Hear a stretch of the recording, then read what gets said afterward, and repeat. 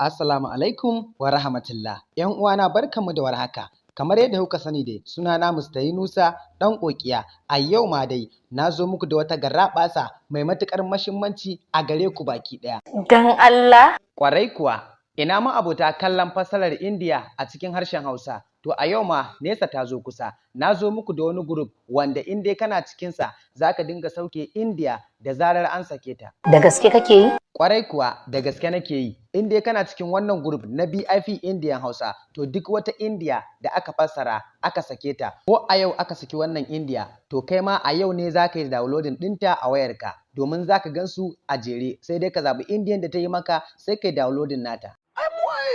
Ruwa ta sha.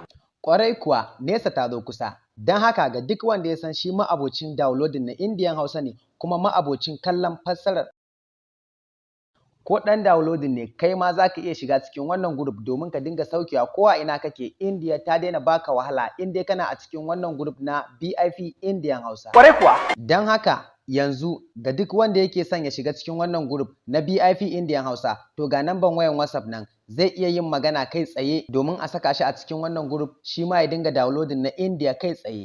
Na'am. Yawwa, don haka ku sa idon ku a nan, yanzun nan zan ba ku misali. Za ka kalli yadda indiyoyi suke zuwa kullum ko da yaushe, sannan kuma za ka kalli yadda za ka yi downloading nasu a cikin sauƙi. Don haka kai dai ka sa ido. Yawwa, assalamu alaikum. Yanzu haka ga group ɗin da nake muku bayani.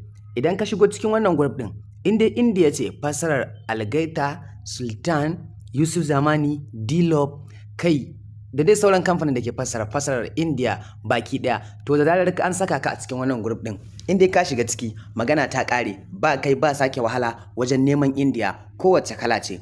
Kuma bari ku ga wani abu ma mafi daɗi. Idan kana so kai downloading ɗin Indiya, za ka ga Indiya kala biyu, muna da link sannan kuma muna da file a ciki. Yawwa, yanzu da zarar ka shigo cikin group ɗin nan, kun ga wani abu, bari muku misali. Idan kana so kai downloading, abu mafi sauki wajen da na kewaye ɗin nan, wannan kibiyar, da ka danna kibiyar nan za ka ga fim yana gudu, a haka ne zai yi downloading wayanka cikin sauri. Yauwa, to don haka kun ga abu mafi sauki kenan ka samu ka shiga cikin wannan group na BIP Indian Hausa daga Mustapha Zamani.